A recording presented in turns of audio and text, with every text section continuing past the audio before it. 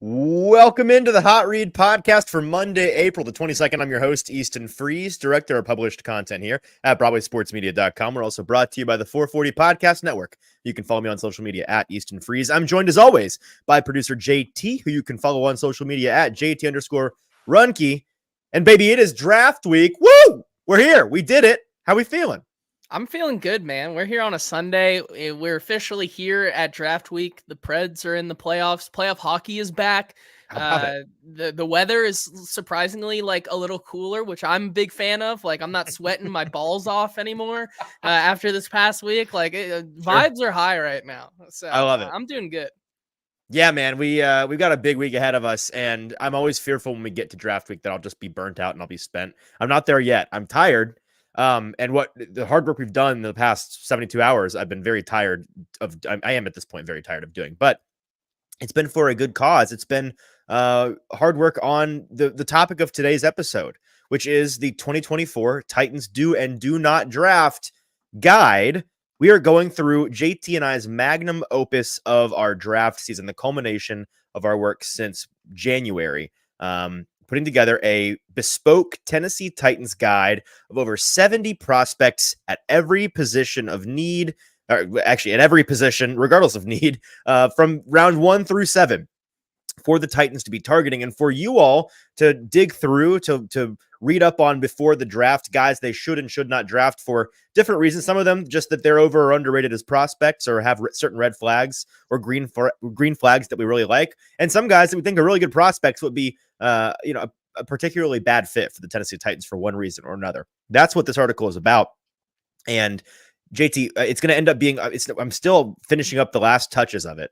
But it's going to be over 10,000 words long. So we put our heart and soul into this thing. And I know some writers love to be like, well, I wrote an article today. It's 23,000 words long. And I know to a lot of readers, that's not the turn on that the writers think it is. Because I see that kind of thing. And I'm like, I'm not sure I want to read your, novel. Don't be alarmed by that number. It's 10,000 words spread over 70 prospects. So like, you don't have to read the whole thing. You go through and you read a paragraph or two on guys that you find interesting. It is in bite-sized pieces. It's very consumable in that way. It is not a big, heavy, lengthy novel filled with super fat paragraphs in that way. So we're going to be going through like less than half of the article today, just touching on our highlights in each round. And JT and I both, we split up the work here. Most of what we have written, we agree upon. Some of it we don't. So we'll get into that once we get there today. But before we dive into the round by round breakdown for the Tennessee Titans ahead of, again, Thursday's first round of the NFL draft, we're less than 5 days away now. We need you to do us a couple of favors. First of all, if you're watching with us live on a Sunday afternoon, thank you for being here. We appreciate you tuning in. If you're not watching on the YouTube platform, we recommend that you do. So leave Twitter, leave Facebook, head on over to Broadway Sports Media's YouTube page. That's Broadway Sports Media on YouTube. Find this live stream, and then in the comment section, you can join William, who's already with us, in joining the conversation. We'd love to hear your thoughts today as we embark upon draft week. While you're there, make sure you have hit subscribe to Broadway Sports Media's Broadway Sports Media's YouTube page, and hit like on the video while you're at it, because those things are very easy for you to do and very helpful to us and for the algorithm and all those things. So hit like, hit subscribe, and then join the conversation in the comments there. Make sure you're following us on social media at Hot Read Pod, all of those things. Subscribe to where you get your podcasts, all of that good stuff. We appreciate it. And if you would be a friend today by telling a friend, send this link to a buddy, hit like, hit retweet, whatever you can do to help us share the show, get as many live eyeballs on today's show as possible. That would be helpful.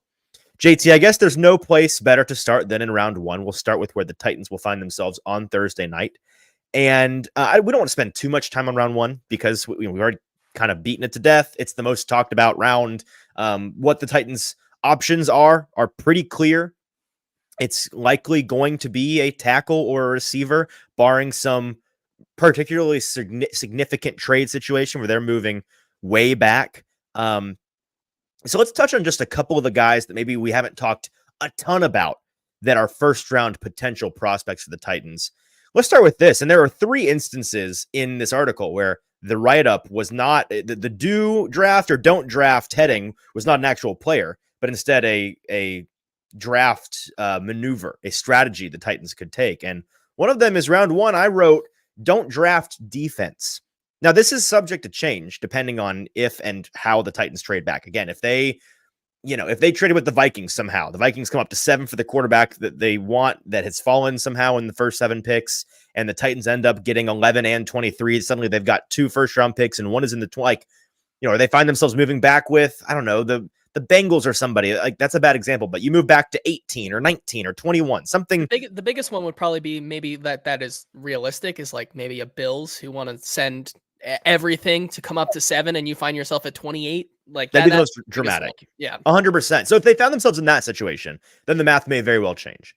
But assuming they stay at 7 or move back into like the quarterback row of Raiders, Broncos, Vikings. Thank Saints. you. Those guys at like 11, 12, 13, 14.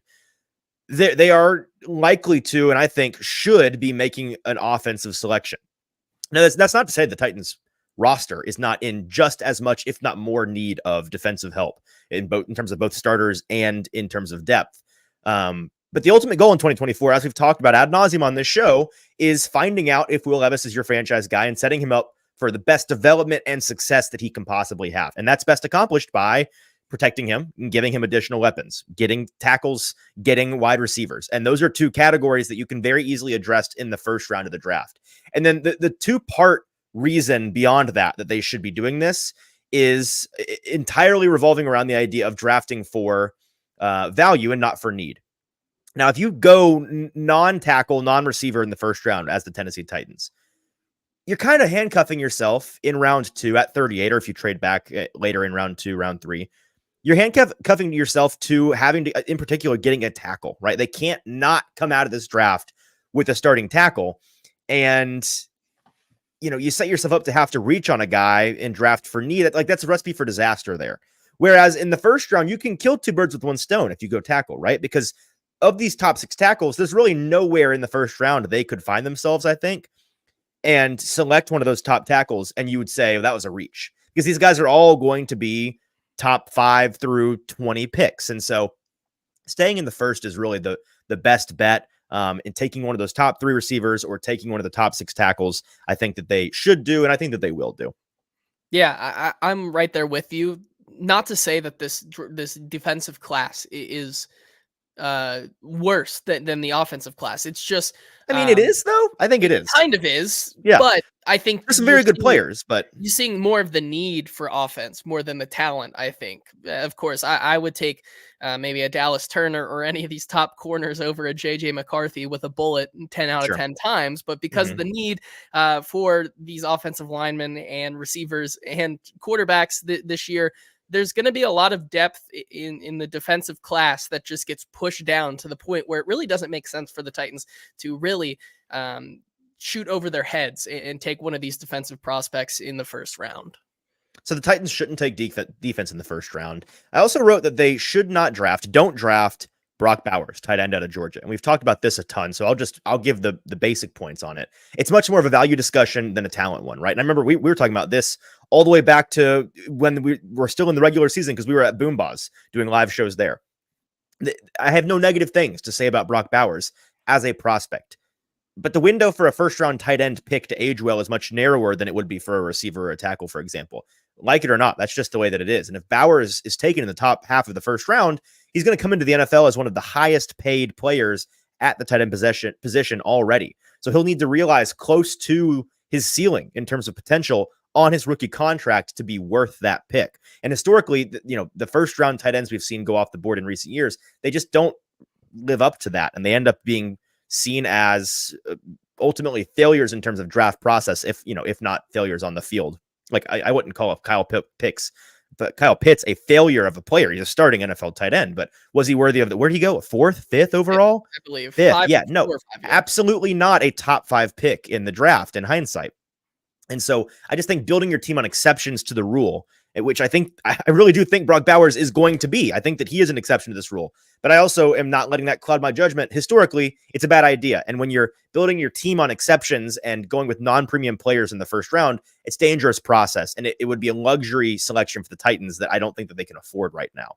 So that's Brock Bowers. Let's talk about some guys they should draft, JT. And let's stay with the skill position guys. You wrote about Rome Odunze, who you wrote the Titans should draft. They should draft Rome Odunze. I agree with that. Maybe talk to why that is, and then we can get into a broader discussion about, yeah, we love this prospect, but do we see a reality in which he ends up being a Tennessee Titan? Yeah, and I think that's the biggest thing, right? As much as you would love to have Rome Odunze, I think it would either way they go, it shows their hand, right? This is a team that in this article, I once again argued that I think is still more likely than not another year away from truly competing in the AFC South again. I think 2025 is still the best spot for them to That's the truly target. Yeah. Truly succeed in the division. And with that, taking a Roma Dunze is kind of showing a little bit of what they're planning towards still. And past this year, I think if you draft a Roma Dunze, you're saying that this is going to be the heir apparent to your DeAndre Hopkins guy, because that's really what he is, right? He's a big X. You throw him the ball, you're gonna hyper target him because you have the confidence that he's gonna come down with that ball, and you should have the confidence in him. 4.45 speed at his size, 75% contested catch rate this last year was the best in the entire NCAA for wide receivers, according to PFF. And I mean, he was a big reason why Michael Penix had a resurgent year and why they made it to the championship game against Michigan. So, is it the smart choice? I think in another article where I was more talking about Malik Neighbors, taking a wide receiver here is probably the bigger gamble because you still have a glaring hole on the left side of the line. Mm-hmm. But it's clear that if you take Rome Odunze, your wide receiver room is going to be really, really good for a long time.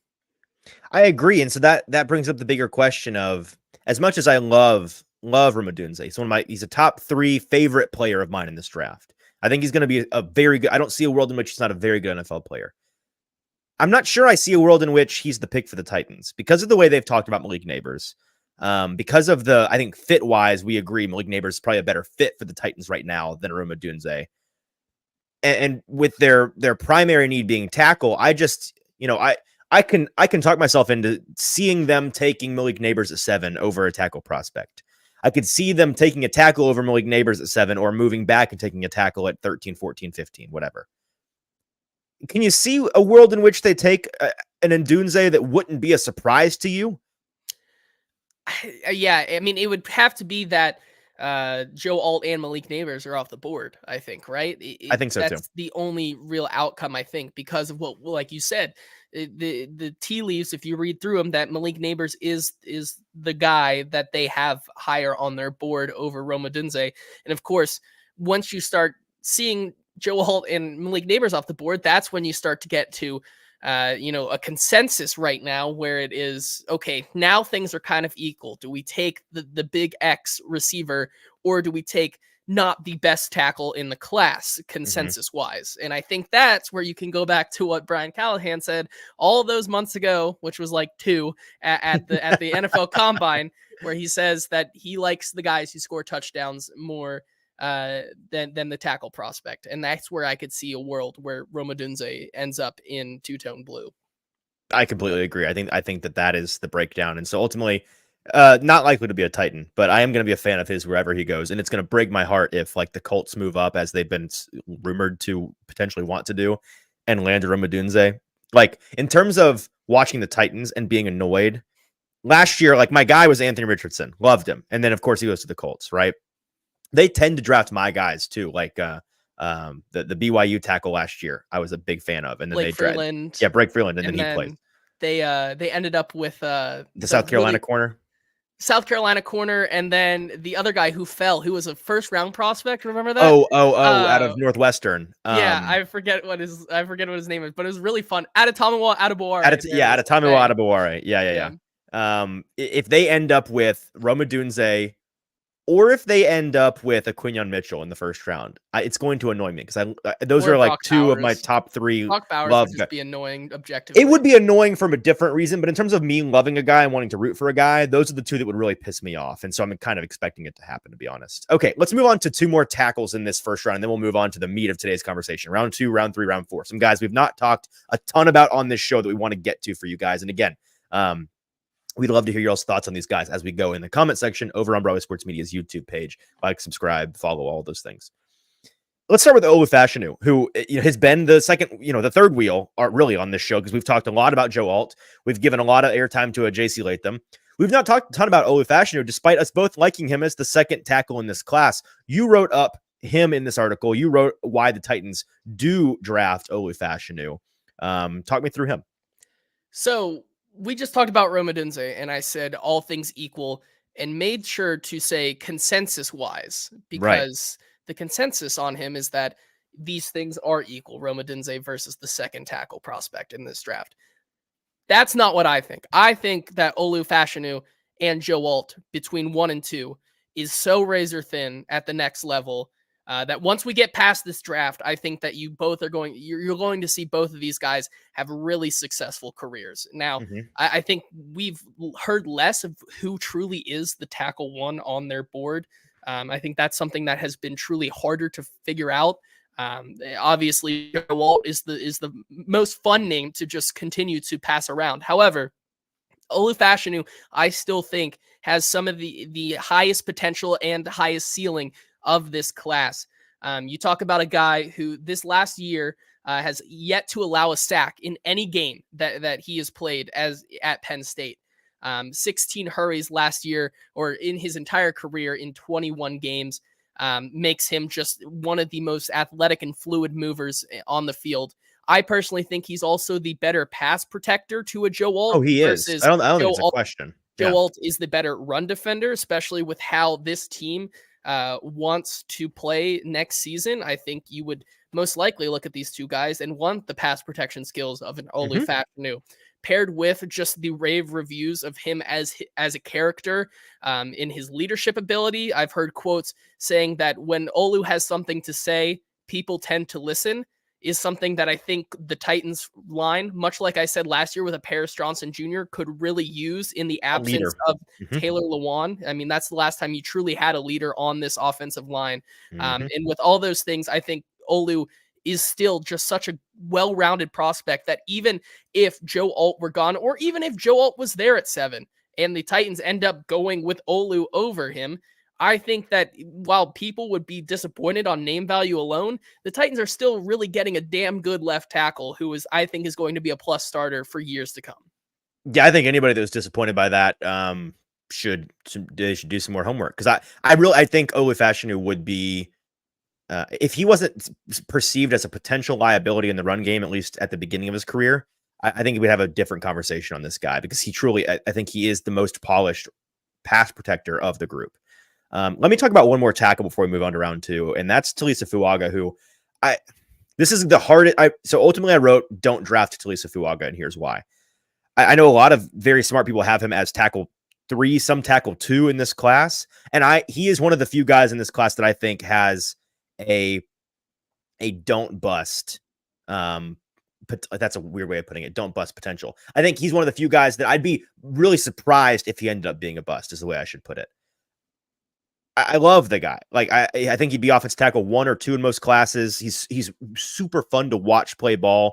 As we said a couple of times on this show, as our buddy Stoney Keeley has said, he's like, it's a don't let Fuaga find you out there. He's like an 80s horror film monster that's chasing you down, and if he finds you, he will kill you. He's the Terminator out there. He's the Grim Reaper in the run game. But that's the rub, right? While he's the most talented run defender, a run blocker in this class, he leaves something to be desired as a pass protector. That's the skinny of it. And I don't necessarily believe he's going to have a similar fate to these guys, but I heard somebody, I think it was Austin Gale on the Ringer the other day talking about this. Maybe it was Ben Solak, one of the Ringer podcasts with some guys that I respect, talking about who are the 2 highest profile tackles in recent years who have come into the draft with a similar description of like absolute dominator in the run game. They need to like brush up on their pass protecting skills to the next level.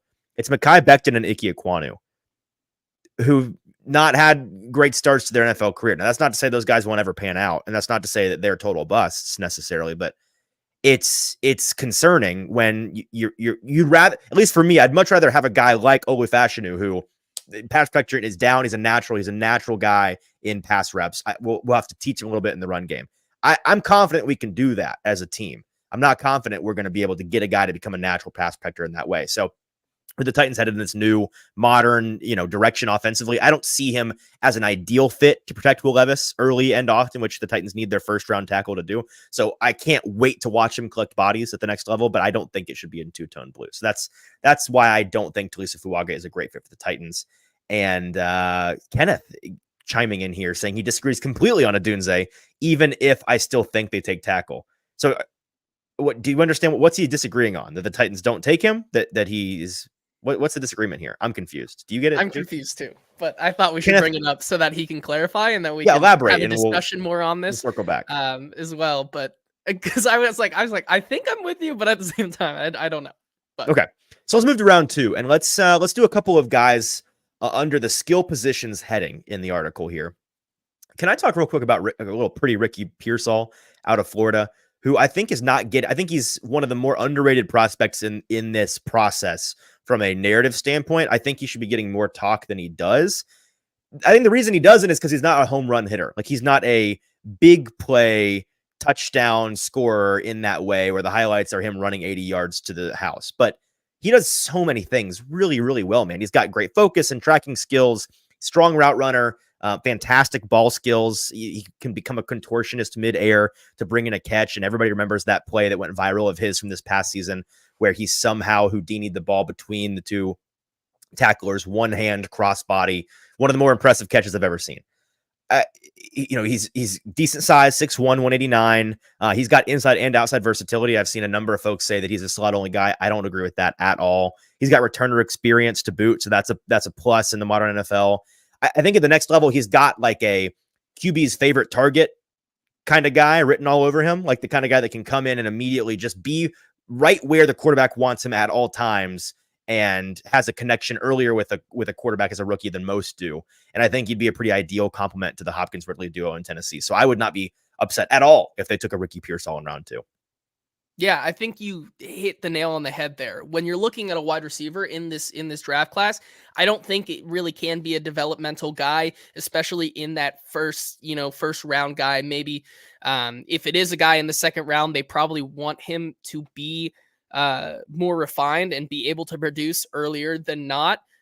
And so a guy that I think is not a guy who can do that at the next level here, and who I think I wrote in this article should not be drafted by the Tennessee Titans, is Troy Franklin out of Oregon. I have a lot of things I just really don't like about Troy Franklin. Agreed. Specifically, my comp to him, which I still believe is the wacky wavy inflatable tube man. This guy's hands are a huge liability. In the tape that you watch, it's easy to see him constantly maybe fight himself a little bit. The catch point is more of in his chest than using his hands. You can really see that in his 10% drop rate in 2023. Despite being a bigger receiver at 6'1" and having that speed at 4'4", 140, only recorded a 36.8% contested catch rate. For someone who was Bo Nix's number one receiver, I think the route tree is also severely limited and needs development at the next level. And for those reasons, I just think that when you look at a Troy Franklin, I don't know if he's going to be able to produce in that wide receiver role as much as, some of these other guys right away. And that's why I think that he would be a poor fit in Tennessee. I agree completely. We talked to our buddy Austin Gale from The Ringer when he came on for a wide receiver episode, and the foundation of his argument for Franklin was that he's kind of the last stop on the true X wide receiver 1 outside receiver train in this class. And I get that. I do. I just don't.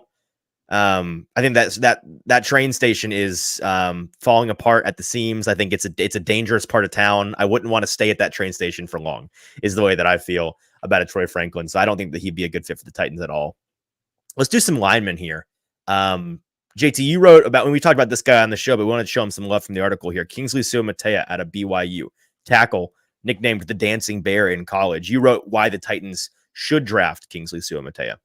Yeah, and I think, I have to yeah, he's the dancing bear. That's his nickname. Like, because of how nimble he is on his feet at his size. 326 pounds and still playing like he's on his tippy toes sometimes is something that's so much fun to watch. He's a Mhm. more raw prospect, right? And that's where I think you Totally. get into that dangerous area of, if you don't take an offensive tackle in the first round, in round 2, these guys are going to be more raw, but you have to be correct about your guy. And Kingsley's one of those guys I really do think that could pan out and be a hit at the next level and a fit with the Titans. We've also talked about how, when you look at some of these guys like a JC Latham in the first round, you have confidence that even though he didn't play the other side of the line or vice versa, the left side of the line, he can at the next level, or vice versa. The left side of the line play the right side of the line. Kingsley is one of those guys who has already done it in college.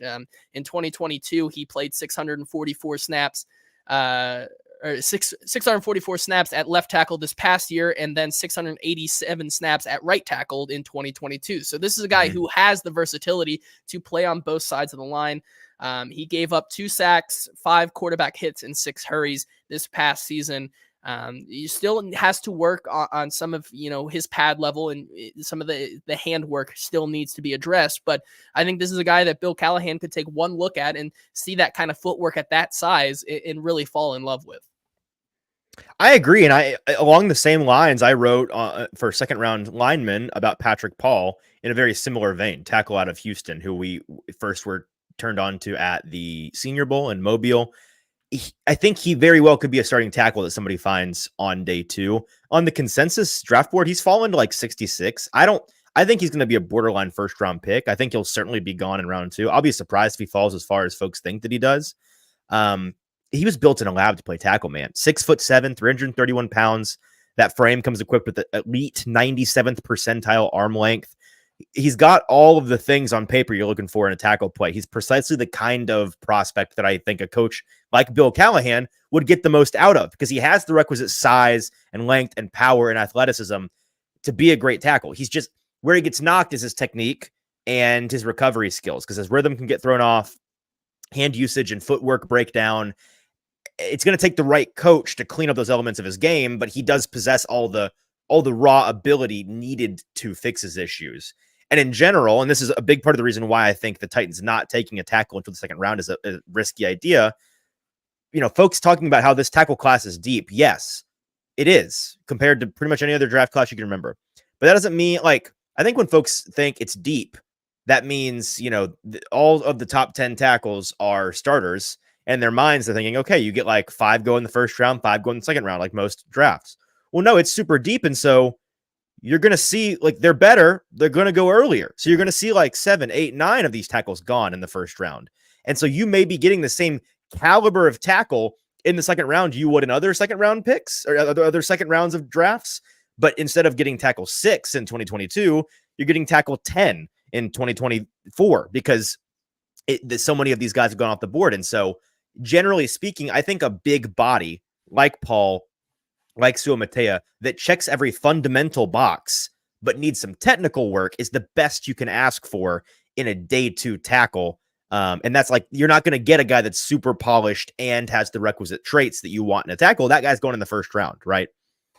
I mean, yeah, I think that's the biggest thing. You just count on a couple hands. Like, the guys that you think are, especially just for offensive linemen, right, in this first round, the top 6 in a Joe Alt, Olu, Fuaga, Fatanu, Latham, Mims are all going to go in the first round. I feel pretty confident about that. And then Yes. you start to have questions about, does a Tyler Guyton find his way in there? And then you talk about, okay, if they don't go with that tackle right there, I mean, I think Jackson Powers Johnson and Graham Barton are pretty confident locks to be in that conversation at the back half. So, like, Sure. they're going to start going heavy and Zach fast. Frazier getting a lot of talk in the Zach first round. Frazier as well could be Yep. an A Jordan interesting Morgan fit for could those sneak in guys. there. A Patrick Paul could sneak in there. A Kingsley Suamatea could sneak in there. And like, yeah, you could have 10, 11, 12 total linemen go in the first round. And suddenly this really deep class, which is really deep, all the depth is gone. They're all gone in the first round because they're really deep and they're really good. So Yeah. let's go to the defensive side of the ball here, JT. We didn't write any defense in the first round because, again, no defense in the first round. That's the general none. idea. No defense. Like, subscribe, follow. Make sure you're with us on the Hot Read Podcast YouTube account if you're not right now, and hit subscribe. we'd appreciate retweets, Kenneth likes, all those did things come for back the in spotlight. here on his Roma Dunze Oh, and this is a clarified good here, idea. saying, Yep, let's address this real quick. saying he's still a strong possibility for the Titans if they decide to go receiver in round 1. I'm with Stoney. I think Neighbors is wide receiver 3 in that top 3 group.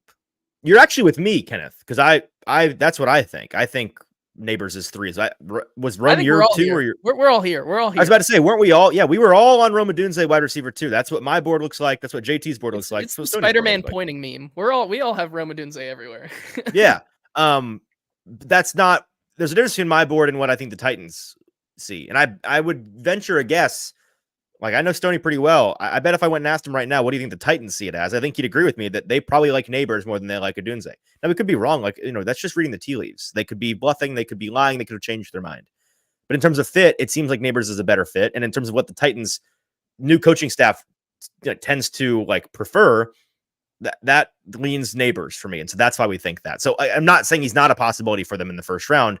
I think it's significantly less likely they come away with an Odunze than they do a Neighbors or a Joe Alt or a trade back situation. That's just my 2 cents on that. Okay. One more comment here. Yeah. Real quick while we're doing these. Joshua comes in with here saying, should draft Roman Wilson in the 2nd, should draft Brennan Rice in the 4th. This is a comment that we weren't going to talk about one of these 2 players. I'm just going to throw him in here. Okay. So in this article, unfortunately for you, Joshua, we respect your opinion, Joshua. I do respect your opinion. We just think you're dumb and wrong about this. That's all. That's not. That maybe is what Easton thinks. Of course, Joshua. I think you were. Hey, I have Roman Wilson in my top 10 receivers, and you don't. Okay, I just don't think he's a good fit for the Titans. But you can explain that. I don't think he's a good fit either. If I told you that, I think why take a Roman Wilson when Ricky Pearsall is going to be there? I think is a great example and a reason for why I think Roman Wilson is a bad fit. I think also, as I wrote in my article, I think durability at the next level is going to be a huge concern. Roman Wilson's coming into the league at a smaller height and weight than a Kyle Phillips, which I think is a huge red flag for me. And despite there not being a super long laundry list of injuries between Kyle Phillips and Tank Dell, which is not a great place to be. It's not a great place to be if you're placing bets and you're wanting, to durable guy. Yeah, exactly. If you want to reap the rewards of that, but still, I think that he is very much confined to the slot at the next level, whereas a Ricky Pearsall has a route tree that I think can lend itself to being used in different looks. Whereas I think Roman Wilson is going to continue to fit in the same spot that he was in the Michigan offense, which is, really effective in the slot. And I get it. There's a lot to like about him. 4.39 speed means that he can be shifty and nimble on his feet. However, I think that when you look at the tape, there was a lot there that I think at the next level probably wouldn't have been there for a Roman Wilson in his tape. And that's why I think that given all those things, the catch point, I think, is a little bit of a concern as well. Austin Gale also on our wide receivers episode had a lot to say about Roman Wilson. I highly suggest that you go and look at that one, take a look at that episode as well. But Roman Wilson, I think, is just not the best fit for me. All right, JT, at this point, we're taking requests. I agree with what you just said. But now Jay Boogie wants thoughts on Xavier Legette, who we also wrote about in this article, and we weren't going to talk about. But you know what? We're men of the people. So just give us a quick 60 seconds on Xavier Legette, who you wrote the Titans should draft in the 2nd round. And this is one that I think this was one that it was in Pound my head. The Homer alarm. Yeah, Pound the Homer alarm. I'm wearing the Gamecocks pullover right now. So Xavier Legette is one of my favorite players in this draft, not just because I'm a Gamecocks fan, but I think that at the next level, I know this is kind of hypocritical of me just saying the Titans wanted to take someone in the 2nd round. You want them to maybe produce earlier than later. I think that's different for Xavier Legette for a couple of reasons. One, we've seen already this offseason the Titans, reading just from what Brian Callahan has said, what Nick Holtz has said, it doesn't seem like the vibes are really high on a Treylon Burks right now. And I think they continue to not be very high on what he can be for this team. However, I think if they wanted to reset the clock on the Treylon Burks experiment here and not have the absolute, the weight of the world, the expectations that a Treylon Burks had, they could draft a Xavier Legette, who has a very similar profile turn back the clock on that rookie deal and give him time behind a DeAndre Hopkins and a Calvin Ridley to really develop into the true X yards after the catch guy that I think he can be. Now, at that round 2 price point, I think that's really, really rich for Xavier Legette right now. And certainly at 38, I think, a Ricky Pearsall could bring better results earlier. However, I think that there is an intriguing argument to be made about Xavier Legette. Okay, so with that, we can move on to the defense for once and for all here, which, again, well done. I agree. I think Xavier Legette at 38, I mean, I could be talked into it, but in a trade down situation, I'm with it. I'm about it. Defensively, let's do, let me talk about Darius Robinson real quick. The defensive lineman, edge defensive lineman hybrid guy out of Missouri, who I think is not just a really attractive prospect, but a direct style replacement for the Titans should they go in his direction. I think he could be a first-round pick, but if he fell to 38, I would probably be pounding the table for them to seriously consider him. He would be the Danico Autry replacement for the Titans should they take him, right? At 6'5", 296. He's got real 0 to 7 technique versatility up front. Like, I think you can play him anywhere on the line. He's not a speed player, but what he lacks in speed, he makes up for with a really impressive play strength, really impressive power profile. He's consistently out muscling defensive or offensive linemen across the defensive line from multiple positions on his college tape.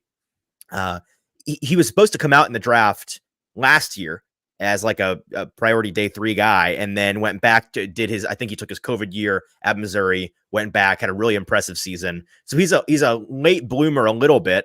But it didn't really bother me what I saw on tape. Looked like, I don't think it was much of a mirage there. He had an eye-watering 27 hurries and 9 sacks last season on 290 pass rush snaps. He needs to move to his like pass rush move set Rolodex. He needs to have some more tricks in his bag.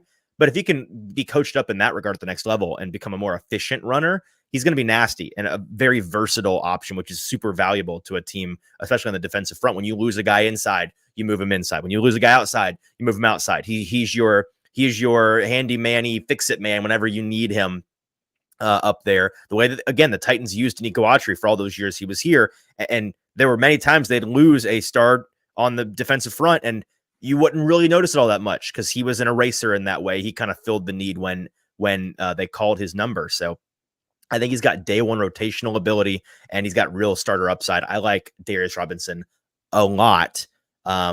Speaking of defensive linemen, JT, give me some thoughts on Braden Fisk, who out of Florida State, another guy up front who you see as a guy the Titans maybe shouldn't consider in round 2. Yeah, well, first of all, I think we need to take that one to the bank. We need to laminate that and put it in the book of comps. Darius Robinson is handy mandy. That's perfect. I love it. I think that one is signed, sealed, delivered. That's a good comp. Write it. I wonder how many of our listeners know who Handy Manny is. That was kind of like it was like not quite our childhood, or was it? I guess like it was. Maybe at the end of it. The end of our childhood, I think. I think we were a little bit older. Either way. Yeah. Anyways, great Disney show. You should binge all the seasons on Disney Plus. I'm sure they're there. Taking a Darius Robinson at 38, I think is really good value for what you're getting. I think Braden Fisk is a really nice player. I think he has a lot to like about his game, but at 38, it's just too rich for me. What you like about him and why I think he's going to go high here is just the athleticism that he has. Freak. 6'3", 292 pounds, runs a 4.78, 33 vert, 117 broad, all well within the 90th percentile at his position. However, being an athletic freak on tape only gets you so far, right? I think you can look at some of his production on the interior of the line last year and see really the story of who he is as a player right now. 6 sacks and 19 hurries show just that, he can get to the quarterback, but he, or he can create that pressure, but he fails to get the job done at the finishing point. And I think that's a big thing for me. With He's a another one of those guys that's like, he's supposed to hit good, so why don't he hit good? exactly. Like, Also where is that considering on that tape? he is maybe one of the oldest, if not the oldest defensive Yeah. interior prospects right now, 24, I think mid-season or, late into next season, he'll already be 25 in his rookie season. Certainly has some tread on the tires already. And like you said, at 38, I think there's probably going to be some more intriguing prospects who, have the production to back up their tape more than a Braden Fisk has.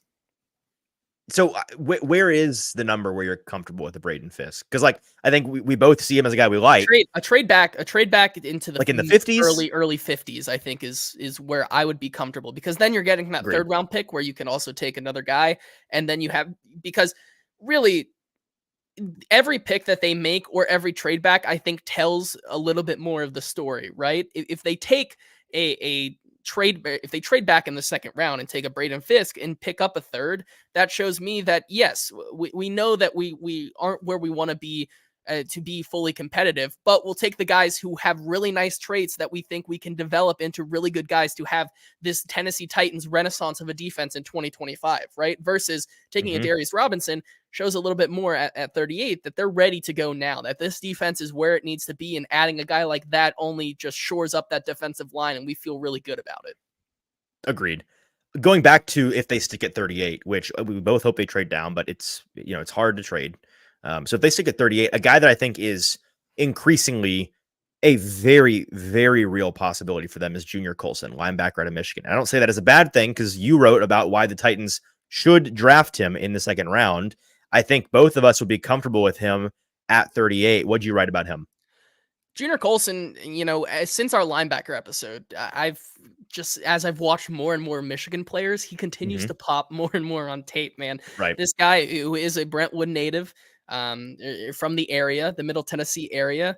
I don't know did he go to Brentwood? He went Ravenwood? No, he went to Ravenwood. Brentwood High School's arch rival, the Raptors. I don't know anything about these I lived closer to Ravenwood than I did to Brentwood. I could, I like from where I'm sitting right now, currently still living. During football season, you go out at night, you can hear the band from here. Oh, really? Yeah, and my just random anecdote. My best friend, Austin Chaffin, his dad, who's like a second father to me, because like very close family friends, grown up together. Eddie Chaffin, he was our ball coach all through, like, when we would do Pee Wee football, YMCA basketball, all these things. He was the ball coach, right? And I texted him about this the other day. Like, did you ever run into Junior Colson? And he was like, I coached Junior Colson. He was on my Brentwood Blaze 5th grade team with his younger son, Elliot. They played together. And he was telling me about it because they moved from, is it Haiti or Jamaica? Haiti. Moved from Haiti when he was 9 years old to America. And football was the way that he like became engrossed in American culture, American life, and how a big part of how he like learned the language.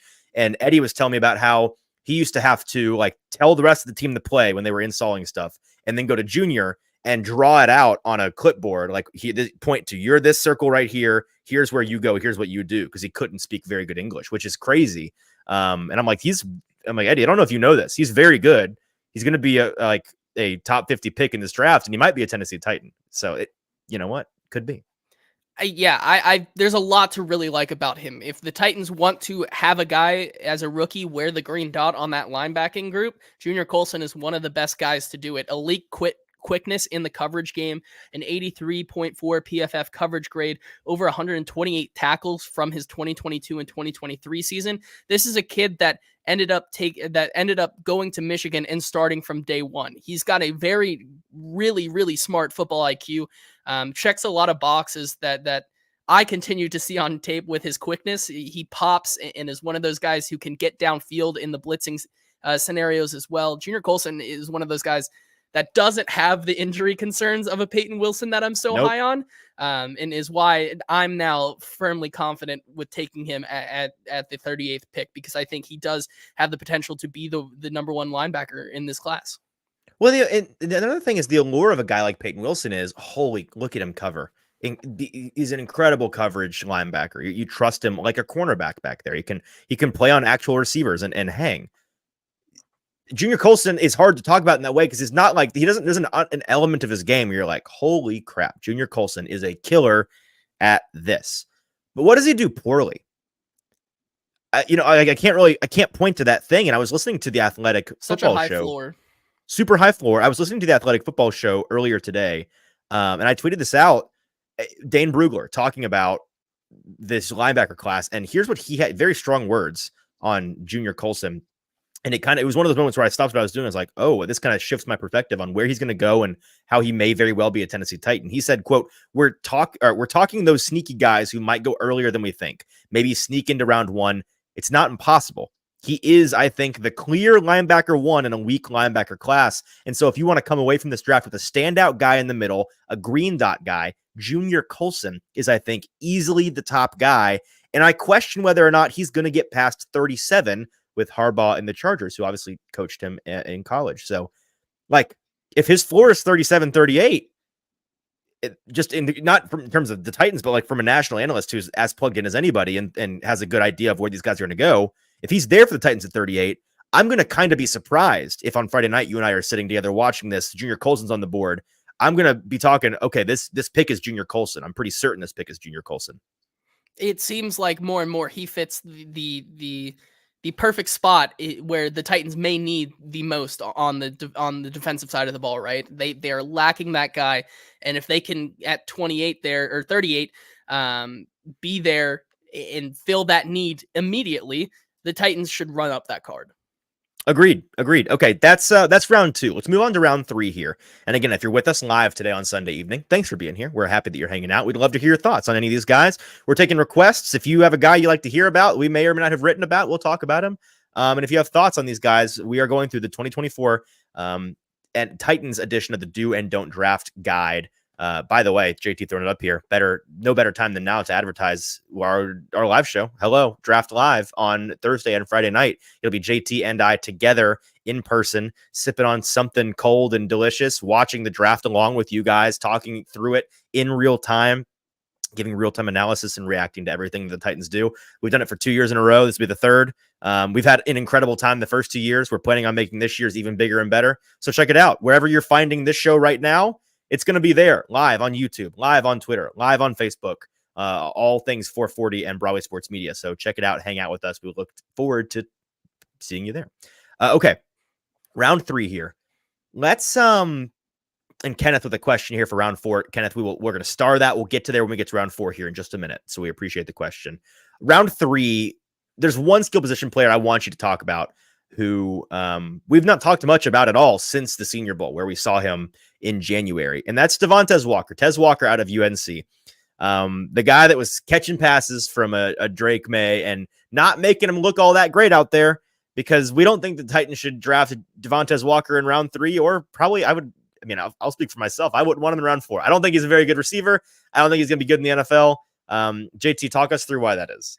This is a guy who was, before the Senior Bowl, on the consensus big board at 33. He has now fallen to the consensus 81 on the big board here. Tez Walker, man, this may also be just a argument for Drake May to be even better on a lot of people's big boards than he already is. Because if you're Drake May's number 1 target and you're putting up a 54.8 PFF grade against man coverage, that's a big red flag for me. And that's something that we definitely saw at the Senior Bowl. This is a guy who was always just fighting the ball through coverage and just when he was wide open. This is a guy who just really couldn't catch the ball for whatever reason. He had a really tough Senior Bowl, and that has continued to kind of snowball him through the process before the draft here.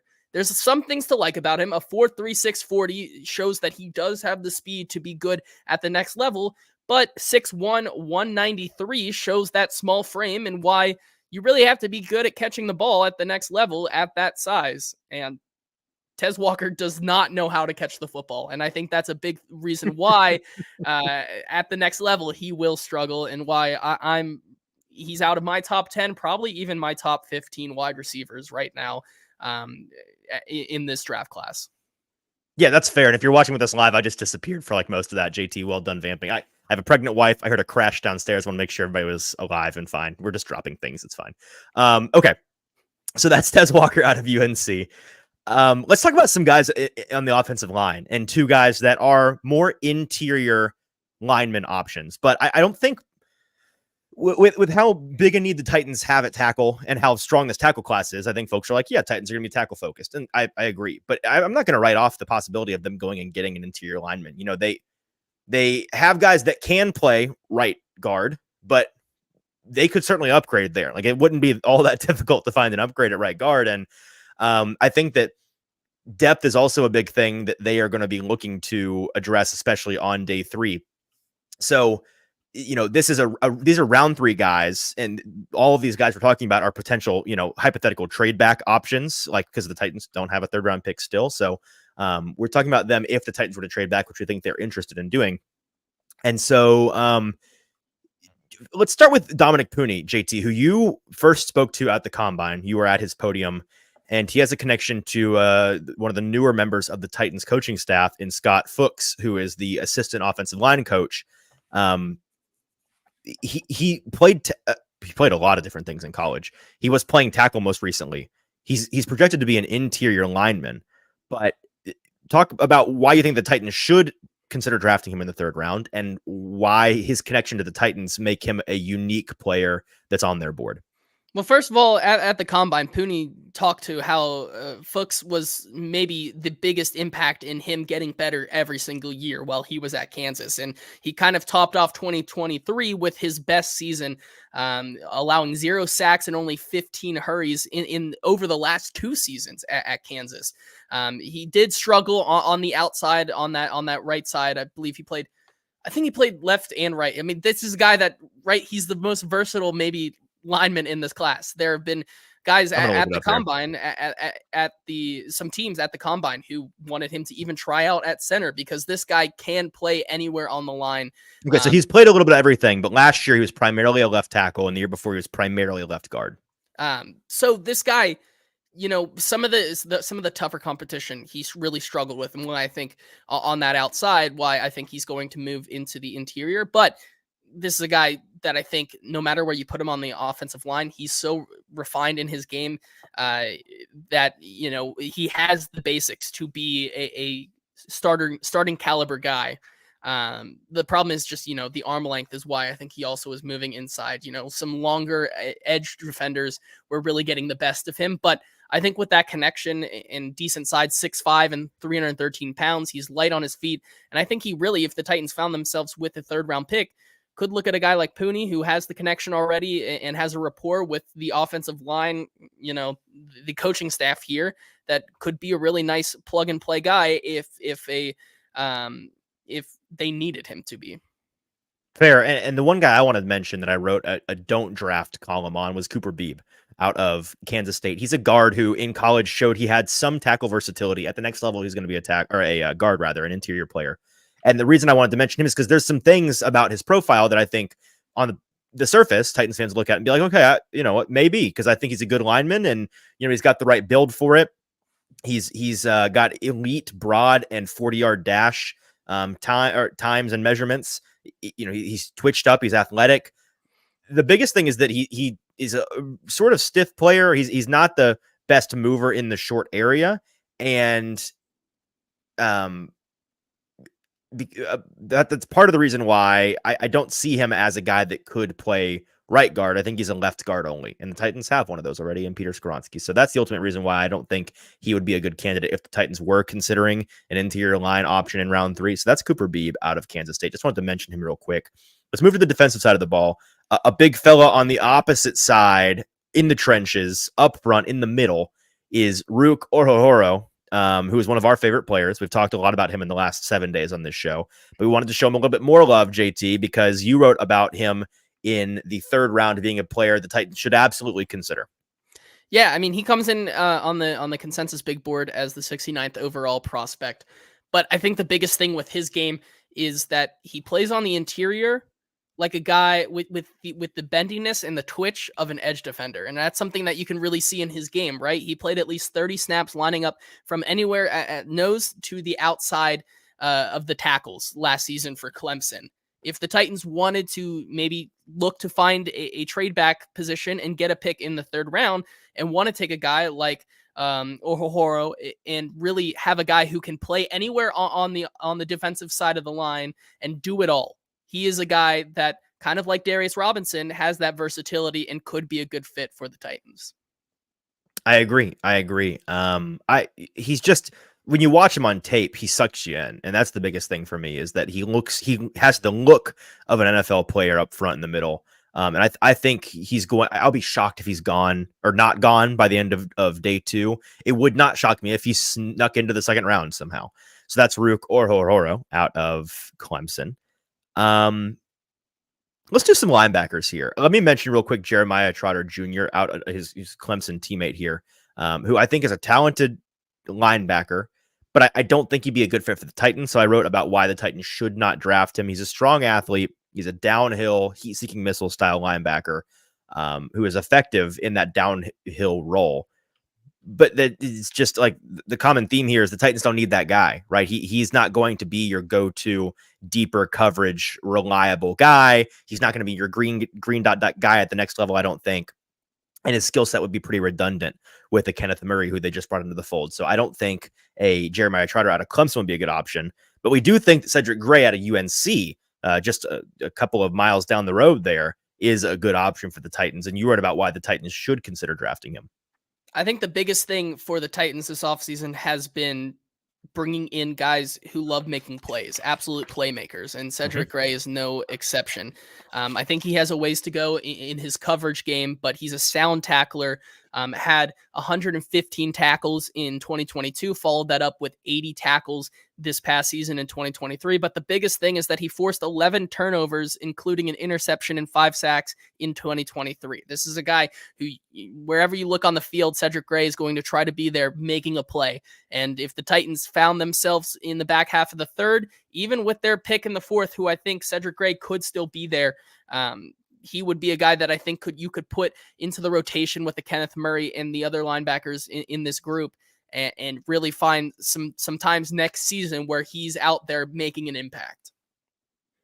I agree. He's one of the last stops. It's him and a guy we're going to talk about here in the 4th round in Jordan McGee. Spoiler. Those are kind of the last guys on the linebacker big board where I consider them to be viable, actual potential starter options at the green dot linebacker position, the coverage linebacker position. Before we dive into touching on a handful of guys from rounds 4, 5, 6, and 7, all of our day 3 guys we wrote about, who we'll touch on a bunch of them for you guys. Let's address some of these questions in the comments, which we appreciate. And if you guys have more and you're listening with us live on a Sunday, throw us some more. We'd love to hear them. And this week is all about addressing as much draft talk as humanly possible. We'll be here as long as you guys want us to be here, fielding questions. Kenneth asking a good one. What is the best 4th round receiver to both of you? And he posited, is it Javon Baker out of UCF, who we did write about. I think we were planning on talking about him. No, we weren't going to talk about him, but he is in the article. So if you want to read up on him, he is in there. And I think he is a due draft candidate for the Titans. I don't know, man. I'm looking at the big board here, the consensus big board, that is, at guys in the 4th round. So guys in the, the 100s range. And it's Javon Baker, it's Malik Washington, Brendan Rice, Johnny Wilson. In terms of talent, if Jermaine Burton falls into day 3, it's Jermaine Burton out of Alabama. But that becomes such an interesting conversation, right? Because he is a guy that, if he had no off the field issues, he'd probably be a top 5, top 6 wide receiver in this class. He may be a 1st round talent. He's certainly a 2nd round talent, in my opinion. But he might fall into day 3 because there are going to be a handful of teams that have black dots on him on their board. He's going to be X'd out. He's going to be a cannot draft guy. We've talked, you and I behind the scenes have talked about this idea the past couple of days. Where would you consider drafting a Jermaine Burton? And if he's there for you in the 4th round, I'm closing my eyes and scooping him up. I don't care. I can't pass on that talent. So off the field attitude issues are different for you than a guy who has been medically cleared to come back to football in a guy like Laiatu Latu. That is not true. That is not true. Okay. So no, it's kind of the same scenario. No, right? Because you never asked me if I'd draft Laiatu in the 4th round. If he fell to the 4th round, then I would draft Laiatu. Yes. But if he fell to 38, I probably wouldn't draft Laiatu personally. Just because I think it's the same. He had to retire. He could listen. Here's the thing. You can fix a personality issue. You can't make a guy's back not be broken. That's different. It's different. I guess so, but at the same time, for a guy who, which I agree has the upside to be a second round caliber wide receiver, for teams to pass on him 3 full times, I think him still be there in the fourth. It gives me a little bit that of nobody showed up to his birthday party vibes, and that's just something I don't know if I can get on board with. You wouldn't burn a fourth round pick on a guy that objectively has on field first round traits. No, I probably would. I That's probably what. would. Okay, so get off your high horse and My agree with you. wide receiver that I do really like, you kind of mentioned him, Malik Washington, I think would, if he is Yep. still there. Yep. I know the guys over at A Football Show and other F words have really talked highly about him. I have a lot of the same things He's an to article. say. I wrote him. Yeah. Malik Washington is a guy that I think if he were there in the fourth would be a really great value pick for the Titans. Yeah. Okay, so that's the answer to that question. Moving on here to Kevin Davis's question. He said, I'm a Penn State homer. Thoughts on Chop Robinson and if you think he could fall to 38? Funny you asked, because Chop Robinson ended up on the cutting room floor, no pun intended there, of this article. I almost wrote a do not draft Chop Robinson in the second round, and here's why. Talented player, Kevin, and I'm not going to dispute that. From a physical profile standpoint, he's probably the most impressive of the top 4 edge rushers in this class, just from a trait standpoint.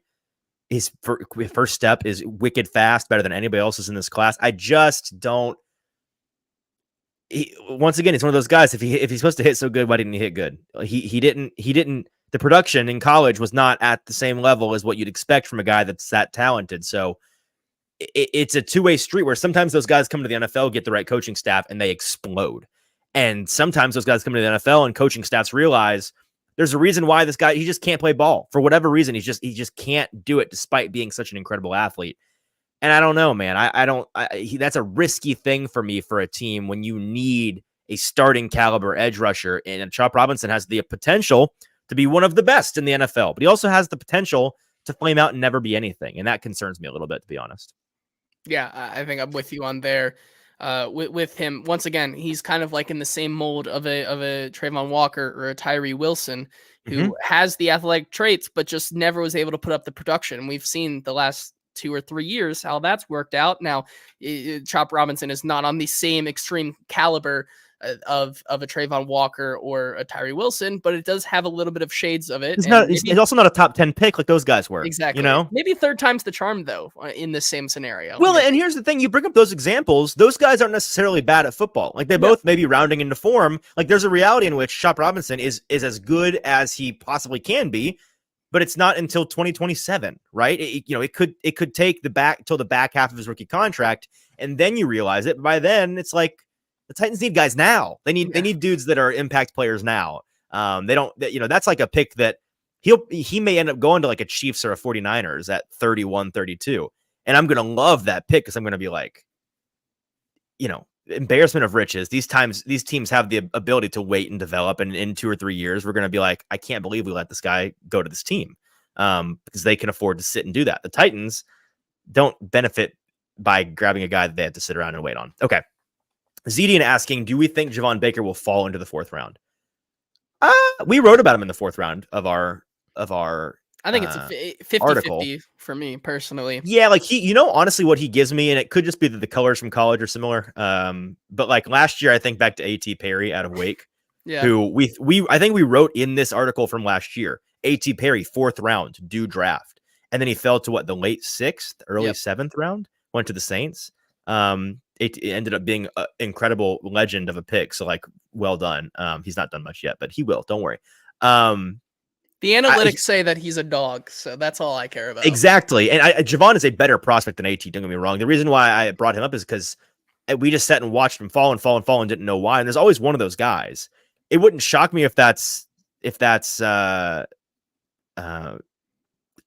Baker, just because like we've heard so much about him from the draft community, as we did with A.T. Perry last year, because he was a hipster pick. Like this Javon Baker man is going to be a value day 3 guy. And he may end up going 2nd round and like making that justified. But when you hear none of it from the NFL, you're like, okay, maybe they just don't, maybe there's something about him that's just not it. And he'll fall farther than we think. So I'd give it 50-50 too. Yeah, and then Walter here also saying, I'm looking at Ben Sinnott, your boy, My for boy. a 3 or 4th round grab. Guy's got something about him, in my opinion. I love Chig, but getting another problem at tight end would be nice. Listen here, Walter, leaning real close. I would love Ben Sinnott in round 3 or 4, but he ain't going to be there, big dog. I think Ben Sinnott might be the second tight end off this board, which may be the top of the 3rd round. Like, I think the run on tight ends, the run on running backs, the run on linebackers, that's going to be late round 2, early round 3 is when that starts. So, like, could he be there in the 3rd if the Titans traded back and had like the 87th pick or something? Maybe a Ben Sinnott's there. Maybe. But I think the NFL likes this guy a lot. I think some teams are going to have him as their tight end 1 or 2. And Walter says, "Shh, I'm trying to speak it into existence." If you could get him on day 3, if he is there on day 4, I'm going to come into our Saturday show, pre-show, saying Titans 4th round pick, Ben Sinnott, draft for value. I don't care if it's tight end, run the card in. I just don't think it's going to happen. But I'm with you that if he's there, draft him. Draft him. Pretty nice. Okay, let's move on to some of these 4th round guys, 5th round guys, 6th, 7th round guys. And we'll just touch on some guys here. Well, not as full-throated a breakdown because we are already an hour 10 into this episode. But you know what? It's draft week. It's our magnum. It's our magnum opus. Like it is. You know? It's exactly. It deserves a 90-minute episode. So that's what we're gonna do. Like we came into this saying we're gonna talk about like 35, 36 guys. Well, guess what? Go read the article tomorrow because there's another 30-ish, 35 guys in that. This article could be 3 hours if we wanted it to. It really this episode could. We could. All of it and it would be we could read it verbatim to you and make you want to die, but we're not doing that because you wouldn't listen. Okay. Let's start with Isaac Guerendo, who we've talked a little bit about on the show. Louisville running back. You heard about why the Titans should draft him. I think the Titans are considering a running back option on day 3. 2 of their 16, 17, something like that, confirmed 30 visits so far have been running backs in and around this range. So tell me about Isaac Guerendo and why he'd be a good fit for the Titans. I mean, just athletic, built in a lab specimen right here. 9.98 RAS score at 221 pounds, runs a 4.33 40, which means that if this guy gets up to his top speed, it's really hard to take him You're down. Not catching him. Nope. I think he's a great fit because I think the big knock on him right now is that he never was the featured back at Louisville. Never had more than 17 carries in his career. It was Wisconsin before Louisville, where he did literally nothing, and then he went to Louisville and then sort of did something. So, the production is interesting. But I mean, with his touches, he posted last year in 2023 a efficient 6.1 yards per carry, and he caught 22 of his 24 targets. So if the Titans wanted to round out their room with Tony Pollard, Tyjae Spears, and Isaac Guerendo, not to mention that he is a pretty efficient pass blocker, I think that is a really nice room to have. It'd be so sexy. And another thing with him is you mentioned that speed, you mentioned the burst that he has, the explosiveness. I think that he's going to be drafted in part for his return ability. I think he's an ideal kickoff returner for me, at least in my head, with this new kickoff rule. With the new rule, yeah. 100%. Totally. He's the kind of guy I want back there, and I think he could have a lot of value for a team. Same one for me. You could do that with Xavier Legette, but I don't know if you're spending a 2nd round 38th pick on Xavier Legette to be your kick returner. Maybe you are. You show up to the podium that night like, well, the main reason we drafted him was we love his return ability. Let me talk about Brendan Rice, who was brought up earlier in the episode. I'm sorry to double rate on whoever that was, his parade. Joshua. I don't like Brendan. Yes, Josh, I'm very sorry. Brendan Rice, I'm not in. Everybody knows, is what I wrote here. Everybody knows Marvin Harrison's son's in this draft class, but he's not the only son of a legend in this draft class at the receiver position. The big difference, however, is that Brendan Rice isn't nearly the receiver prospect that his father, Jerry, was. I went and looked this up. It was a little bit before our time, JT. You want to guess where Jerry Rice was drafted? What position? What overall? Position? Or, what number overall? Okay, I was like, he's going to wide receiver. He was a wide receiver. Yep, good guess. Was he third round? 17th overall. I thought he was going to be like a day 2 guy, but he was as billed and then some in the NFL. So that was Jerry. Brendan, his son, is going to be a day 3 guy. He's got the prototypical outside receiver size you're looking for. He's got decent speed, strong bag of techniques. His route tree is nice, but he's got really bad separation ability. And when you pair that with him not leveraging that big body often to take advantage of it, to make up for it, he doesn't do that. And so you can't both not separate and not win physical battles, because you're going to be in physical battles because you can't separate. So, he consistently gets beat physically by corners that are smaller than him on tape, He's not a very strong 50-50 ball winner. So like the raw traits are there for him to be a serviceable, number 2 outside receiver, backup, rotational X or Y receiver one day, but he's a serious project right now. And I don't think the Titans should take a swing on him. So that's Brendan Rice. That's one guy that I don't like at the receiver position. Let me just go ahead and get the guy that I do like at the receiver position out of the way here in the 4th round. And that's Johnny Wilson. Here's what I wrote at the beginning of this one. Let Johnny Wilson play receiver and let's just see what happens. That's where I'm at this point. I think Johnny Wilson, who, the big talk with him this cycle has been, holy cow, have you seen how big this guy is? 6'6", 231, 35.5-inch arms. All of his size and length measurements are 97th percentile and above for a receiver. He's built more like a tight end than a receiver, right? And so you're like, well, at the NFL level, maybe he plays tight end. I want to let him play receiver. Like I saw, was it the fantasy? I think it was Fantasy Points. There was a chart the other day comparing his size to like a Mike Evans, comparing his size to was it also Julio Jones? Darren Waller. Okay. Yeah. So like a tight end who is a receiver type and a receiver who's a tight end type, like that tweener size. He could technically be either, I think, on paper, but you're going to utilize him in that similar way because he moves like a guy that's 30 pounds lighter than him. His ability to move in space, the hulking frame, it doesn't really hinder his ability to get in and out of breaks, change direction really well. He's got good balance for his size. All of these things are still there. The biggest knock for me is that like the drops were a concern with that. He's got the biggest catch radius of any guy on the field, wherever he's playing any day. Like it's him. He's the guy. He should be the easiest target, but he doesn't have the most secure hands. So he's going to get on the jugs machine at the NFL level and try to fix that. And if he can improve the reliability of his hands, I think he's worth betting on. If he's there in round 4 in particular, which he may be a day 2 guy, if he's there in the 4th round, love a Johnny Wilson. Really do. Yeah, I'm with you on that one.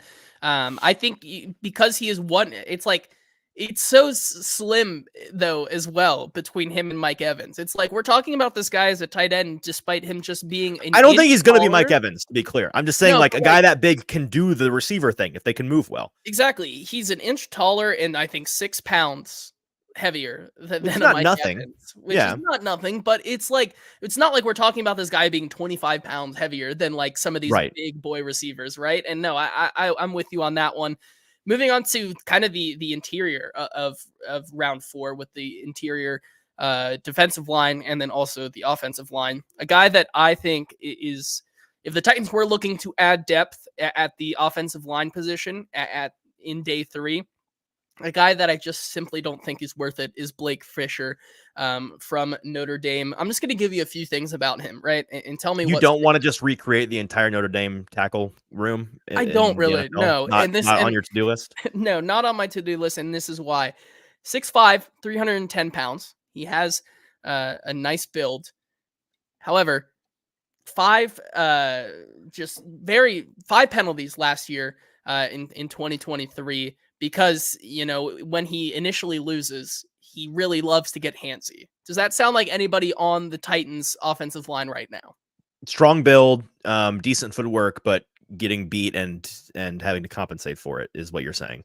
Correct. On the Titans roster currently? Yes. At tackle? Yes. Like NPF? Correct.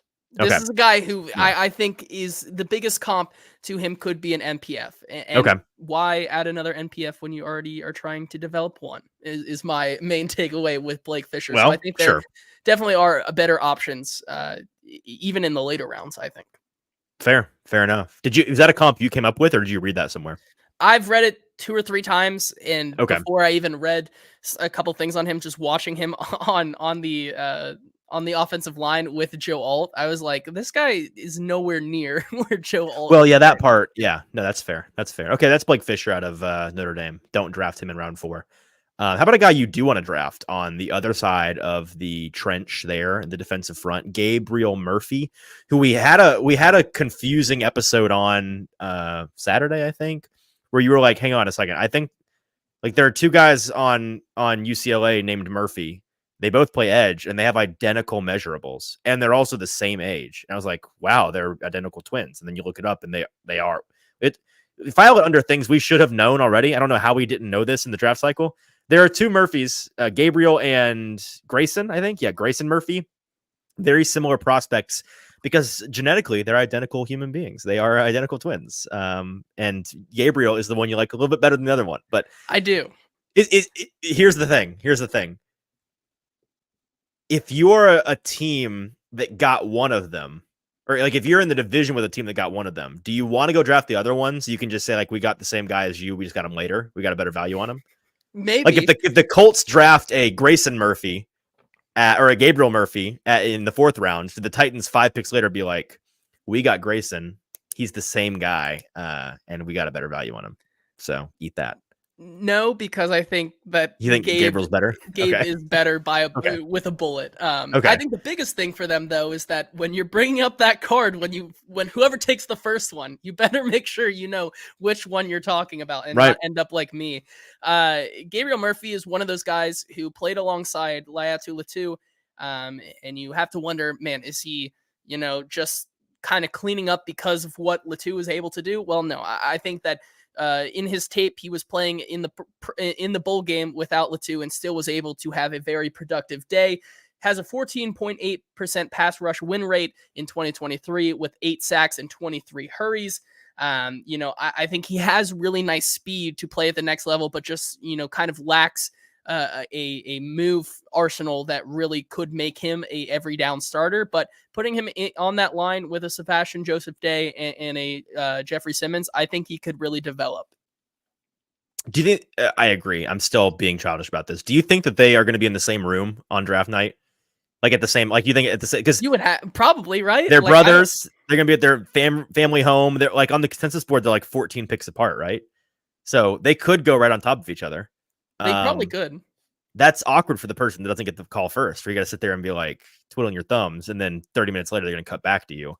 I hope they have a camera in that household because that'd be interesting. I hope so too. That would be okay. Anyways, more guys here. I wrote about Mekhi Wingo out of LSU, a defensive lineman that I think the Titans should draft in the 4th round. The only reason he's not regarded more highly in this class is he's kind of stubby. He's got a length issue, both short legs and short arms. He's 6 foot 284. His game is pure speed. It's pure quickness in particular. He won regularly with this quickness in college. He had 32 hurries and 9 sacks in the past 2 years at LSU. Rarely came off the field, so he's got a really high and efficient motor, averaging 55 snaps a game in the last 2 years. Is his build going to limit him up front in terms of like what position you can line him against, what guys you can line him up against? Yes, it is. But I think he can fill an extremely valuable niche as a 3-tech up front for a team, and feast on some loafing offensive linemen that can't handle the speed. So that's Mekhi Wingo, who I think would be a really nice depth, rotational defensive line add in round 4. Let's see who else here. Jarvis Brownlee Jr., we've talked about on this show since January because we talked about how much we loved him at the Senior Bowl. But he's a cornerback in this class that you really liked, and you wrote about why the Titans should draft him if he's there in the 4th round.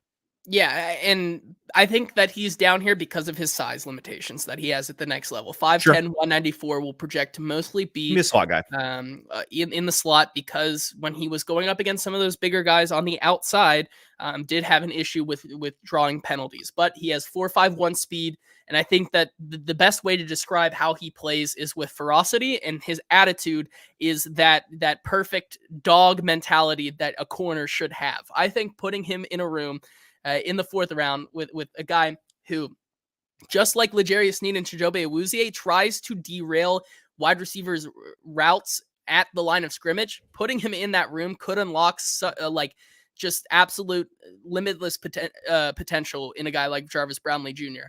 And why I think he's worth the look to kind of round out that super aggressive and feisty secondary room for Denard Wilson. Absolutely. And another guy on the defensive side of the ball that I like for a lot of the same reasons, his tenacity, his attitude. Jordan McGee, linebacker out of Temple. He is the last stop on the linebacker train. This is a bad way of saying it. He's the worst linebacker in this class that I will consider. I think that he actually is a guy that has starting potential. He's lacking in size. He makes up for it with really impressive athletic traits. 6'1", 288. He managed a broad jump, 40-yard dash, and 10-yard split, all north of 85th percentile, though, so he's twitched up. The lack of power and length combined with an overall lack of polish are what is going to make him a day 3 prospect. But if he can learn to play more proactively than reactively at the next level, I think he's going to be a real asset for a team. He can hang in coverage and in the run fit. He was reportedly a really emotional player in college, which is, like not nothing. It's an intangible trait you're looking for, especially in your middle linebacker, the quarterback of your defense. 3-year starter at Temple. He was a regular on special teams all the way through his senior year. So he's going to come into the NFL and immediately excel. I think he's going to be a phenomenal special teamer at first. And then, when he can identify and lock onto a target, he's got really impressive closing speed. He shows off that athleticism. I think he'll be a great special teamer at first and then compete for snaps on defense. So I would like a swing on a Jordan McGee if he is there in the 4th round. And then to close out the 4th, that's the last guy we want to talk about in the 4th round. So again, there are more guys in each of these rounds that we're not talking about on today's show. And you'll have to read the article, which we've not even said. It's going to be out first thing tomorrow on BroadwaySportsMedia.com. I hope you've not been listening to this, like looking for it to follow along. It's not out yet. I'm not done with it. I'm still editing, and I still have 2 guys I have to write up that I've not gotten to yet. So down to the buzzer here, but it will be ready for you first thing at like 6:30 a.m. tomorrow morning on BroadwaySportsMedia.com. So check it out.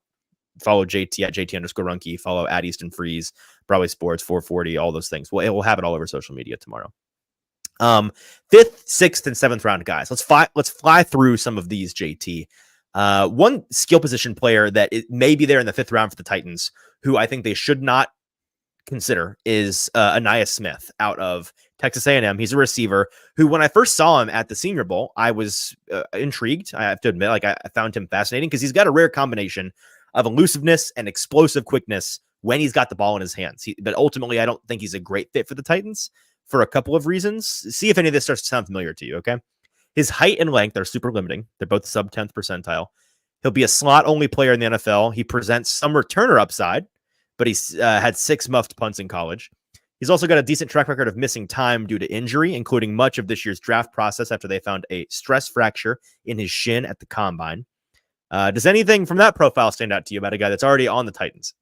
I think the muff punts would probably give it away. I think that had to give it away for Mr. Kyle Phillips. Yeah, his basic profile is he's just a more twitched up Kyle Phillips. And while I'm not, if you're sitting here and ball, you're like, well, they are not similar play style. It's not a perfect comp in terms of play style, but in terms of the role that he would be fitting on a team, they overlap a lot. And like the Titans have Kyle Phillips at home, a guy that is a returner who is great when he got the ball in his hands, but he might not get the ball in his hands because he might drop it. And also he's going to be slot only and he's small and he might not stay on the field all the time because he's hurt. Like that's Kyle Phillips, man. You've already got that guy.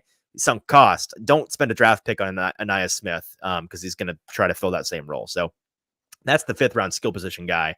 You wrote about a offensive line guy that you do like as a potential interior depth add in the 5th round, and that's Delmar Glaze out of Maryland. Tell me about him. Yeah, I think there's a lot to like with him just based on the speed profile and the quickness that he comes with. Of course, if you're taking a tackle here in the 5th, 6th, or 7th, I'm going to tell you the same thing. They are very raw prospects in technique, but there are some that I think project better to the NFL level than others, and I think Delmar Glaze is one of those guys. His biggest pro in his game is the fluid ability to protect. Has a 5'2", 140, which matches that quickness, but the explosiveness and quickness that he has is just something that's hard to find, which I think makes him an intriguing prospect here in the 5th round. Okay, so that is Delmar Glaze. How about a defensive lineman that I wrote about, Christian Boyd out of Northern Iowa? As we all, UNI, big UNI fans, everybody knows a lot about UNI. When he showed up at the Shrine Bowl this year in January, he was, I think, determined to make everybody that was there paying attention to leave with the name Boyd written on the top of their to-do list, because on tape, he looks like a future NFL player. Like that's the biggest thing with it's similar to Rook in that way. He's not the caliber prospect that a Rook or Horror is, but you can't say that name quickly. It's getting tough. Yeah, I know how to say it now, but you have to stop and prepare yourself. Rook or Horror. You can't just fly through it. Yeah, Christian Boyd. I think he's going to be rotational. Depth on the defensive line at the next level. He's a big body. He flashes serious explosiveness and interior rush ability. He's not just a road bump for the run game that he's going up against. He's got good run defending ability. Had 3 sacks, 9 hits, and 28 hurries last year at Northern Iowa. I think that he'd be a good add in round 5. You wrote about Curtis Jacobs as a linebacking option out of Penn State that you don't like, JT. Why would he be a bad option in round 5? it's the same thing where I think he's a really nice athlete. He's 6'1", 241. The explosiveness is there, but he just did not produce in at Penn State. Penn State is the weirdest college, man. They Every really year, I are. feel like they have athletes that come out and you don't know what to do with them. They're The crazy last strong. They're one crazy that truly athletic. hit was Micah Parsons, and I think that you could, probably who's the cornerback from the Steelers that they got this year from Penn State, that I just can't think of his name, who was in the draft class last year, the cornerback out of Penn State. Either way, early, like the round 2 pick. Yes, I don't remember his name. I'm gonna look Either it way, up. I'll look it up. Curtis Jacobs, he plays linebacker, but I think would be a really bad fit because he really fits Joey Porter Jr. Thank you so much. Kevin in the chat there. He plays more of the Kenneth Murray type, really poor in coverage, 80% completion rate, and allowed a passer rating of 99.7 in 2023. Only 77 tackles over the last 2 seasons. Was Joey Porter Jr. out of Penn State? Are we sure about that? I believe so. I think it's wrong. Either way, anyway. okay. We can figure that out later. I think that given the production that Curtis Jacobs has, he was at Penn State. Okay, I'm just dumb. Level, Ignore me. I don't think it's worth the pick in round 5 to bet on the traits alone, because certainly they did not show up in college. That's fair. Okay, I'm done going down my Joey Porter Jr. Rabbit hole. Okay. There you go. All right. So that's Curtis Jacobs. Let me round out round 5 with, let me let you round out round 5 because you wrote this guy, Malik Mustafa, safety out of Wake Forest, who we've seen a lot of love in the past 7 days. We talked about him on our safety episode. He's a top 10 safety for me. I'm starting to wonder if I have him too low. Teams seem to really, the media seem to like him a lot. I've heard things that teams regard him highly. I heard somebody comping him to Budda Baker, which I was like, I don't know about that. But then you look at the way they play and their build, and they're just freaky linebacker builds a little bit. What did you like about Malik Mustafa? Yeah, certainly he is in this round 5th discussion because, even though he kind of is built like a linebacker, the coverage is not the best there. But I think he's a great fit for the Titans right now because he has been available over the past 2 seasons with Wake Forest. And given the kind of makeup of this secondary right now for Jannard Wilson, they truly lack that guy who is going to be shut down in the run defense game at the safety position, kind of lacking what they had with a Kevin Byard. I think that he can come in and replace some of that production. Allowed an 80% completion rate over in 2023, which, is not the best. However, posted an 87.5 run defense grade in 2023, had a 21 run stops in 2023 as well. A fluid mover, I think, could really translate well to this Titans defense. Okay, and if you're watching on video, it's just my headphones broke, but I fixed it. Okay, okay, that's Malik Mustafa falling apart here at the end of this episode. Just you really are. Me. I really am. Let's get to round 6 and 7 and get out of here. A couple of guys that are flyer options for the Titans. Let me start with Tip Ryman, who I don't think he's going to fall to the 6th round anymore. I think that the cat's out of the bag on him a little bit, and NFL teams like him a lot because in terms of tight ends on day 3, you're looking for the guys that are just draft the bigs and fasts and see if it works out. Draft the crazy athletes and see if it works out. And with guys of his size, usually they're kind of oafing, and it's a cautionary tale of, if they're not athletic enough, they're probably not going to hang, even if you want them to be your big body inline tight end, your wide tight end. The difference is he's huge and also really athletic. He's a big fella, 6'5", 271.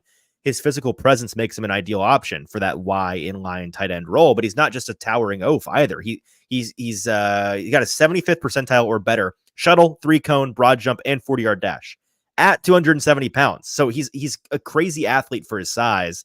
His game's rough around the edges. That's why he's going to probably go on day 3. But man, his traits make him worth taking a shot on. And at that size, to be that athletic, that's exactly the kind of tight end you're looking for on day 3. Just say, let's just see what happens. Let's take a flyer and maybe they'll turn into something really awesome.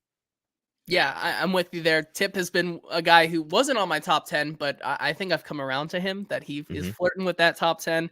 A guy that I really do like in round 6, who I think is a due draft, is Ethan Driscoll, tackle I believe, where is he out of now? Marshall Thundering Herd, Marshall, baby. thank you. I get that and like SDSU and like the North Dakota Green and small school. Jackrabbits. Yeah, like Yeah, all yeah. of those like different Animal. schools, Yeah.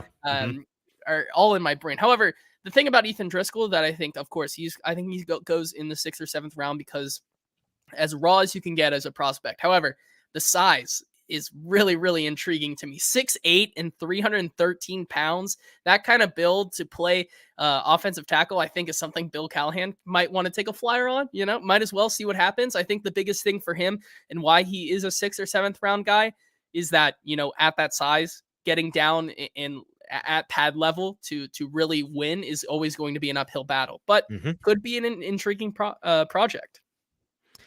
I agree. Let me go back to the skill position guys here and mention a don't draft in the 7th round, 6th or 7th round, and that's Marcus Rosemy-Jack Saint, wide receiver out of Georgia. I think this guy's bad.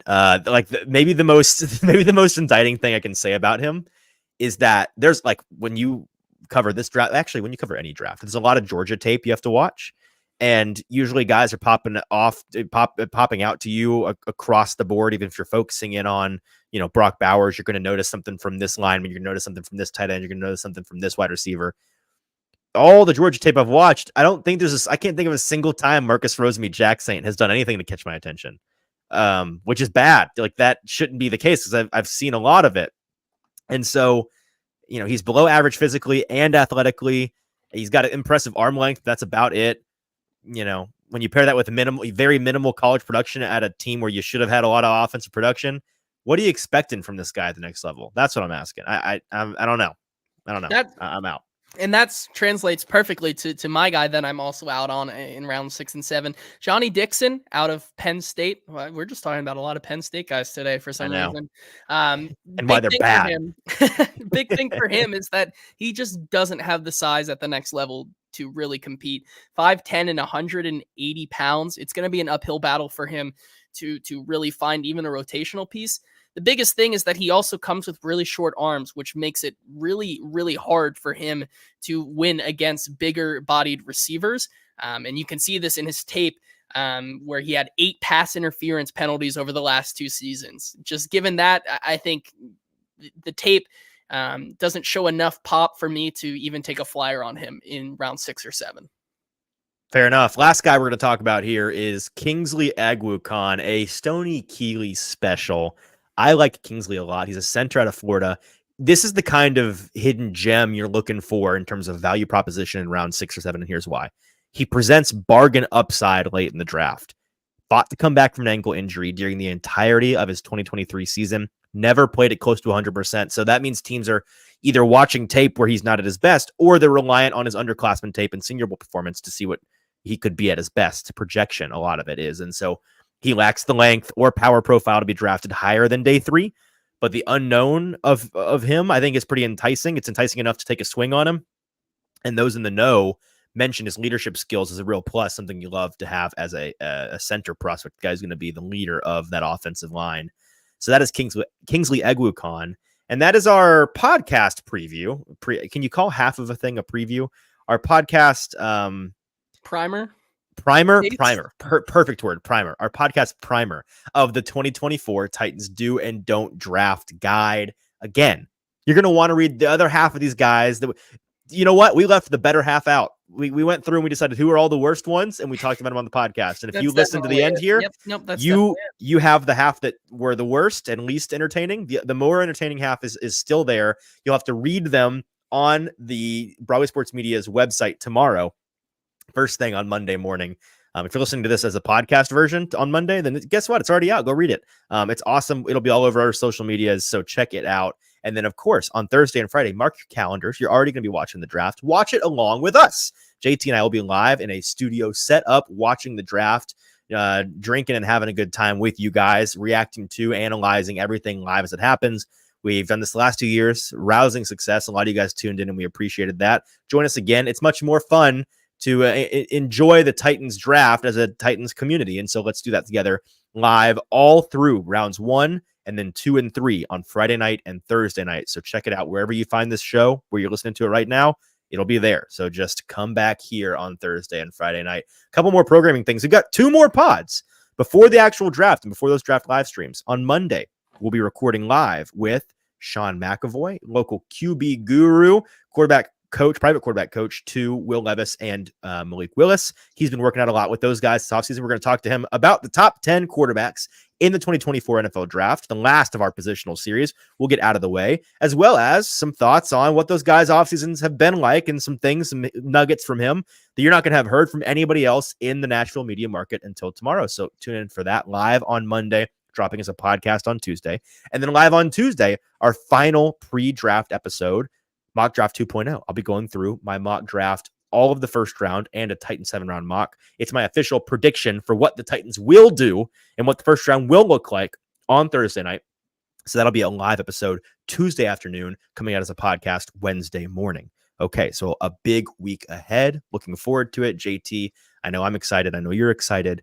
We'll be back here tomorrow with Sean. I almost said Sean Kingston, not Sean Kingston. That'd be crazy, though. That'd be awesome. That'd be crazy. People would not expect that. No. Sean McAvoy will be here with us tomorrow. Until then, for producer JT, I'm your host, Easton Freeze. This has been the Hot Read Podcast. Read our article tomorrow. We'll talk to you then.